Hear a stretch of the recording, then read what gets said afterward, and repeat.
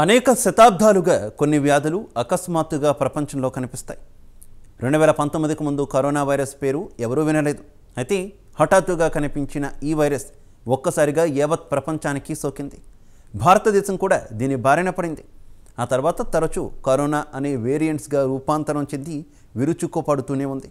అనేక వ్యాధులు ప్రపంచాన్ని పట్టిపీడుస్తూనే ఉన్నాయి. అందులో మన దేశంలో కూడా అక్కడక్కడ కేసులు నమోదవుతూనే ఉన్నాయి. అయితే మన దగ్గర ఏ కేసు నమోదైనా ఫస్ట్ వ్యాధి మాత్రం కేరళ కేంద్రంగానే వెలుగు చూస్తుంది. తాజాగా మరో వ్యాధి ఇప్పుడు కేరళను పట్టిపీడుస్తుంది. ఇంతకీ ఏంటా వైరస్ తెలుసుకోవాలంటే లెట్స్ వాచ్ ది స్టోరీ.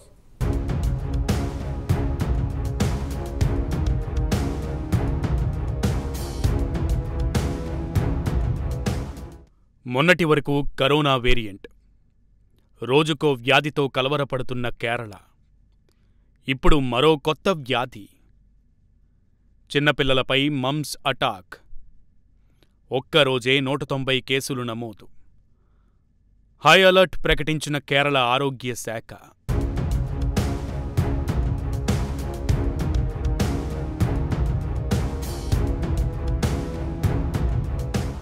ఇన్నాళ్లు కరోనా మహమ్మారితో ప్రపంచం అతలాకుతలమైంది.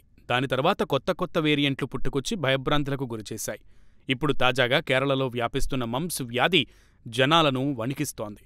గడిచిన ఒక్కరోజే రాష్ట్రంలో 190 కేసులు నమోదు కావడం కలకలం సృష్టిస్తోంది.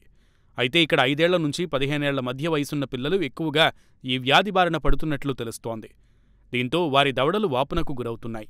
ఈ సందర్భంలో పిల్లలు ఏమీ తినలేరు, తాగలేరు కూడా. ఇది వారి జీర్ణ వ్యవస్థపై ప్రభావం చూపుతుంది. దీంతో కేరళ వ్యాప్తంగా ఆరోగ్య శాఖ హై అలర్ట్ ప్రకటించింది.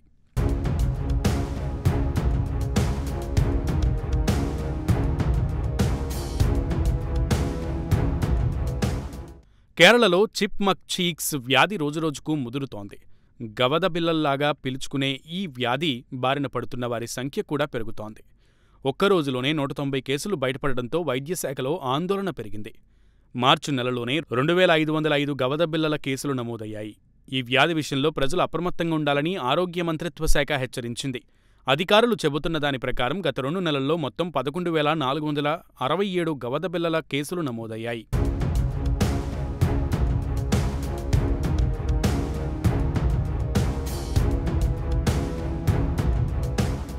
ఈ వ్యాధి సోకినప్పుడు జ్వరం, తలనొప్పి, అలసట, శరీర నొప్పి, లాలాజల గ్రంథులలో వాపు మొదలైన లక్షణాలు కనిపిస్తున్నాయి.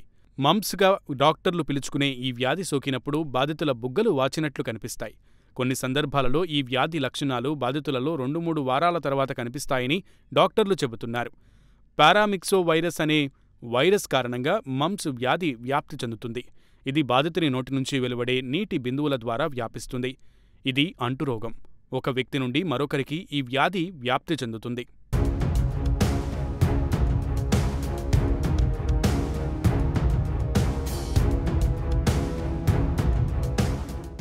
మరోవైపు మమ్స్ వ్యాధి సోకిన వారికి మెదడువాపు వచ్చే ప్రమాదం కూడా ఉండవచ్చని వైద్యులు చెబుతున్నారు.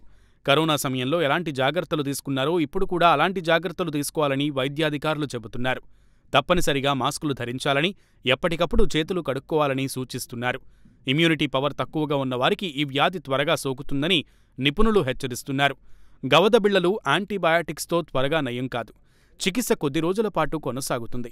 పిల్లలకు టీకాల ద్వారా రోగనిరోధక శక్తిని పెంచే ప్రయత్నం చేస్తున్నారు డాక్టర్లు. మొత్తంగా ఇప్పుడు కేరళలో అంటుకున్న ఈ వ్యాధి ఇప్పుడు పక్క రాష్ట్రాలకు అంటక మునిపే తగు జాగ్రత్తలు తీసుకోవాల్సిన అవసరం ఎంతైనా ఉందని వైద్య నిపుణులు హెచ్చరిస్తున్నారు.